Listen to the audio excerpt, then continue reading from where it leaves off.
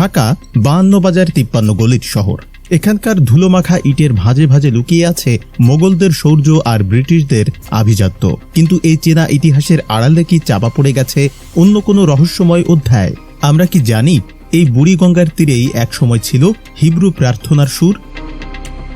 হ্যাঁ, আজ থেকে কয়েক দশক আগেও এই ঢাকাতেই ছিল এক রহস্যময় ইহুদি সম্প্রদায়ের বসবাস। কিন্তু আজ তারা কোথায়? মাটির নিচে নাকি ইতিহাসের পাতায়? 18 এবং 19 শতকের ঢাকা ব্যবসায়ী ছিল যাদের প্রধান লক্ষ্য। বগদাদি ইহুদিদের একটি ছোট কিন্তু প্রভাবশালী অংশ থিতু হয়েছিল ঢাকার আরমানিটোলা এলাকায়। তৎকালীন পূর্ববঙ্গের ব্যবসা বাণিজ্য আর আভিজাত্যে তাদের বিচরণ ছিল দেখার মতো। পুরনো ঢাকার অলিগলি আজও যেন সেই সুগন্ধি আর কাপড়ের ব্যবসার ঘ্রাণ বয়ে বেড়ায়। এক সময় এখানে ছিল একটি ইহুদি ক্লাব, যে ক্লাবের দরজায় একসময় ভিড় করত শহরের উচ্চবিত্তরা। আজ সেখানে হয়তো অন্য কোনো বসতি অথবা স্রেফ শূন্যতা। কিন্তু কেন তারা নিজেদের চিহ্ন মুছে ফেললেন এই শহর থেকে? রহস্য ঘনীভূত হয় যখন আমরা তাকাচ্ছি 60-এর দশকের দিকে। 1965 সাল পাকিস্তান টেলিভিশন পিটিভির ঢাকা স্টেশন থেকে ভেসে আসছে এক গভীর কণ্ঠ। সংবাদ পড়ছেন মোর্দেকাই কোহেন।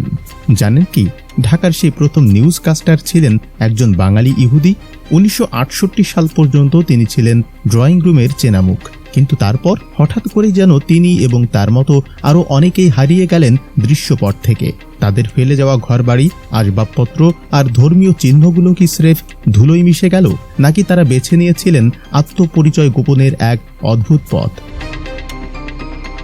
1947-এর দেশভাগ আর পরবর্তী রাজনৈতিক অস্থিরতা, ধর্মীয় মেরুকরণের এই শহরে একসময় নিজেদের অনিরাপদ ভাবতে শুরু করেন তারা।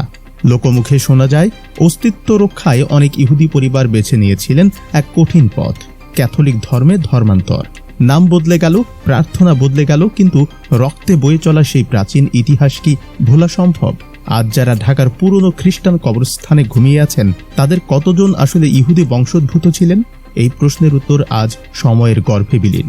অনেকে পাড়ি জমিয়েছেন সুদূর ক্যালকাটা, লন্ডন কিংবা ইসরায়েলে, ফেলে গেছেন শুধু কিছু ধোঁয়াশা।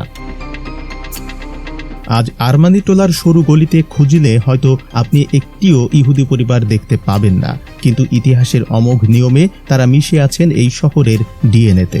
ঢাকার বাতাসে আজও কি তাদের ফেলে আসা দীর্ঘশ্বাস ঘুরে বেড়ায়? হয়তো কোনো একদিন পুরনো কোনো দালানের দেয়াল খুললে বেরিয়ে আসবে হিব্রু হরফে লেখা কোনো গোপন ডায়েরি, যা খুলে দেবে এই হারিয়ে যাওয়া রহস্যের জট। ততদিন পর্যন্ত ঢাকার এই ইহুদি আখ্যান রয়ে যাবে এক অমীমাংসিত রহস্য হয়ে।